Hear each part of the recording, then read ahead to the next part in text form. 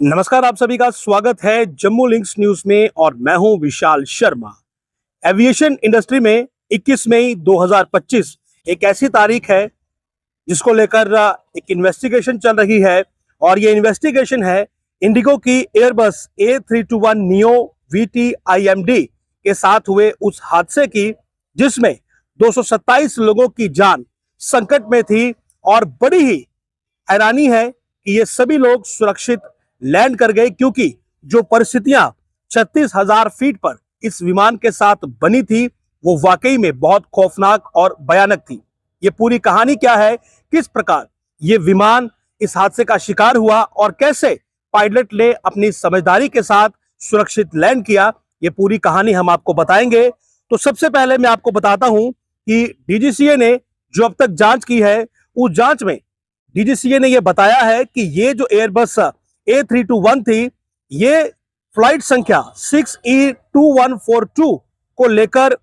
दिल्ली से श्रीनगर आ रही थी और जिस समय ये 36,000 फीट की ऊंचाई पर थी, उस समय पायलट को इस बात का आभास हुआ कि पठानकोट के आगे, यानी कि जिस वक्त ये पठानकोट पहुंच चुकी थी, तो उस वक्त पायलट को यह लगा कि आगे ओलावृष्टि और गंभीर तूफान चल रहा है, यानी कि तेज रफ्तार हवाएं और ओलावृष्टि हो रही है जिसमें कि फ्लाई कर पाना संभव नहीं होगा। इस परिस्थिति को भांपने के बाद, यानी कि मौसम की खराब स्थिति को देखते हुए जो पायलट था उसने लेफ्ट साइड पर यू टर्न लेने की सोची और उसने जो नॉर्दर्न कंट्रोल था इंडियन एयरफोर्स का, उससे ये अनुमति मांगी, लेकिन इस अनुमति को नकार दिया गया क्योंकि साथ में इंटरनेशनल बॉर्डर लगता है। इसके साथ जो क्रू था उसने लाहौर ATC से भी वहां उनकी एयर स्पेस को यूज करने की अनुमति मांगी। लाहौर ATC यानी कि एयर ट्रैफिक कंट्रोलर से यह कहा गया कि हमारे यहां पर ओलावृष्टि हो रही है और साथ ही साथ तेज तूफान चल रहा है और हमें इससे बचने के लिए आपकी जो एयर स्पेस है, जो आपका हवाई क्षेत्र है, उसमें प्रवेश करने की अनुमति चाहिए। लेकिन पाकिस्तान के द्वारा यह अनुमति नहीं दी गई। यहां पर पाकिस्तान का जो रोल है वो भी बहुत सवालों के घेरे में है कि आपस में चाहे जितनी भी टेंशन हो, लेकिन 227 लोगों की जान जो थी वो उस समय जोखिम में थी, लेकिन पाकिस्तान ने इस इंडिगो फ्लाइट को अपनी एयर स्पेस में एंटर करने की परमिशन नहीं दी। इसके बाद जो विमान था उसने शुरुआत में तो वापस लौटने का प्रयास किया, लेकिन जो पायलट थे, जो क्रू मेंबर्स थे, उन्हें लगा कि वो अब इस जो क्लाउड है जहां पर ये ओलावृष्टि और ये तेज हवाएं चल रही थी उसके बिल्कुल नजदीक पहुंच चुके हैं और ऐसे में अब इसे पार करना ही एकमात्र विकल्प उनके पास है। तो विमान के क्रू ने जिस वक्त ये फैसला कर लिया कि वो इस क्लाउड को पार करेंगे, तो विमान भयंकर ओलावृष्टि और भयंकर टर्बुलेंस की चपेट में आ गया। जब वो इस टर्बुलेंस में फंस गया तो विमान के भीतर जो एंगल ऑफ अटैक फॉल्ट, उसके अलावा ऑल्टरनेट लॉ प्रोटेक्शन लॉस्ट और बैकअप स्पीड स्केल अनरिलायबल जैसी गंभीर चेतावनियां सक्रिय हो गई, यानी कि ये सब वार्निंग्स वहां पर एक्टिव हो गई। इसके साथ साथ जहाज जो था वो तेजी से ऊपर और नीचे उठने वाले हवाई दबाव ने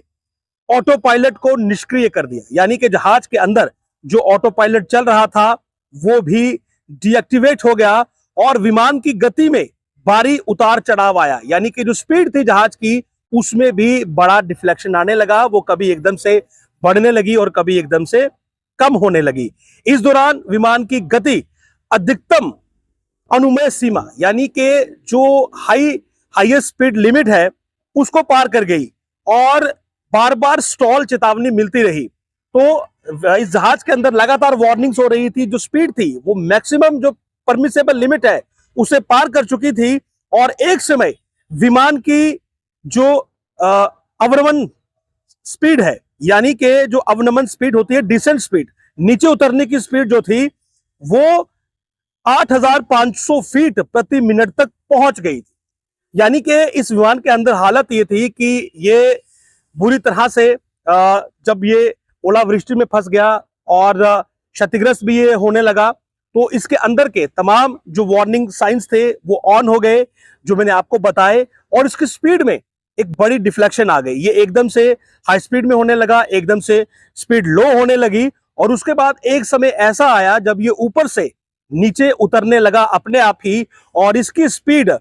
8,500 फीट प्रति मिनट हो गई। यानी कि बहुत बड़े संकट में ये फंस गया था और इस संकट की घड़ी में जो क्रू था, क्रू ने विमान को मैनुअल रूप से नियंत्रित किया। ऑटो पायलट फेल हो गया, जहाज अपने आप स्पीड इंक्रीज करने लगा, डिक्रीज करने लगा और एक समय तो नीचे गिरने लगा और वो गति थी 8,500 फीट प्रति मिनट। लेकिन पायलट और क्रू मेंबर ने जहाज को मैनुअली वहां पर कंट्रोल किया और जैसे तैसे उस तूफान से इस जहाज को बाहर निकाला और उसके बाद सभी आवश्यक जांच सूचियां ECAM एक्शंस को पूरा करने के बाद जो क्रू मेंबर था उन्होंने श्रीनगर ATC को पैन घोषित किया और रडार निर्देश देने की मांग की। आपको बताऊं कि जो पैन है ये एक अर्जेंसी सिग्नल होता है जो कि ATC को दिया जाता है, लेकिन इसमें यह कहा जाता है कि अंदर बैठे हुए जो पैसेंजर्स हैं उनमें उतनी उस लेवल की जो है वो इमरजेंसी नहीं है, लेकिन अर्जेंसी जरूर है और आपको पूरी तरह से एक्टिव होना पड़ेगा। इस पैन के अलावा एक मेडे भी होता है, लेकिन मेडे वो लास्ट सिग्नल होता है जब अर्जेंसी और इमरजेंसी बहुत हाईएस्ट लेवल की होती है और जब चांसेस ऑफ सर्वाइवल ज्यादा नहीं होते हैं।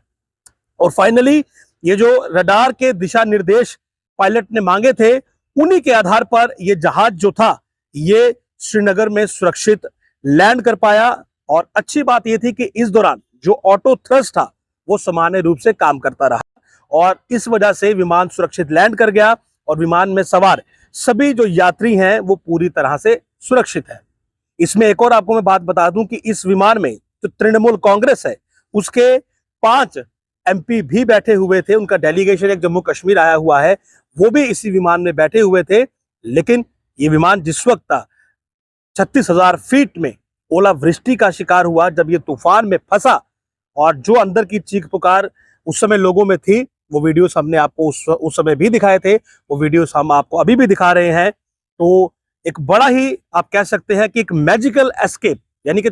चमत्कारी बचाव यहां पर हुआ है, क्योंकि विमान के अंदर जिस प्रकार के वार्निंग सिग्नल चले हैं, जिस प्रकार से विमान अपने आप गति को बढ़ा रहा था, गति कम हो रही थी और एक बार तो जो डिसेंट उसकी स्पीड है यानी कि नीचे आने की स्पीड है वो 8,500 फीट प्रति मिनट तक पहुंच गई थी, यानी कि ये जमीन से टकरा सकता था। लेकिन पायलट ने तुरंत इसे मैनुअल कंट्रोल पे लिया, क्रू मेंबर्स ने बहुत इफेक्टिव यहां पर काम किया और उसके बाद पैन एजेंसी जो थी वो ATC श्रीनगर को बताई और रडार दिशा निर्देश की मांग की, जिसके बाद ये जहाज लैंड कर गया। लेकिन यहां पर एक बार फिर से जो पाकिस्तानियों ने किया यानी कि जो लाहौर ATC से परमिशन मांगी गई उसकी एयर स्पेस यूज करने की, अगर वो परमिशन उसे मिल जाती, इस जहाज को मिल जाती, तो जो डैमेज इसका हुआ है वो नहीं होता। इस जहाज का मैं आपको बता दूं कि जब इसका निरीक्षण किया गया तो इसका जो नोज रेडोम है वो क्षतिग्रस्त हो चुका है। इस जहाज का जो फ्रंट है जो कि आप देख रहे हैं, नाक जिसे कह सकते हैं जहाज का, वो बुरी तरह से क्षतिग्रस्त हुआ है। हवा यहां से अंदर घुस रही थी, इम्बैलेंस ये हो रहा था, यानी कि ये क्रैश हो सकता था। लेकिन आप ये कहें कि भगवान ने यहां पर इस सभी 227 यात्रियों की और क्रू मेंबर्स की रक्षा की है और चमत्कारी ढंग से ये विमान इतना क्षतिग्रस्त होने के बावजूद भी सुरक्षित श्रीनगर में लैंड कर गया। लेकिन अगर लाहौर में एयर स्पेस इस्तेमाल करने की परमिशन मिली होती तो ये परिस्थितियां ना बनती, 227 यात्रियों की जान संकट में ना पड़ती। तो फिलहाल के लिए इस जो इंडिगो की flight Airbus A321 neo VT IMD ये एक बड़े संकट से निकली है, चमत्कारी ढंग से निकली है। सभी यात्री सुरक्षित है, सभी MP सुरक्षित है और ये हादसा कहीं ना कहीं अभी अंडर द इन्वेस्टिगेशन है। बहुत सारी चीजें इन्वेस्टिगेशन के बाद रिवील होंगी, लेकिन तारीफ करनी होगी क्रू मेंबर्स की जिन्होंने इतने मुश्किल वक्त में भी संयम के साथ काम लिया और सभी यात्रियों को जो है वो सुरक्षित लैंड करवाया। नमस्कार।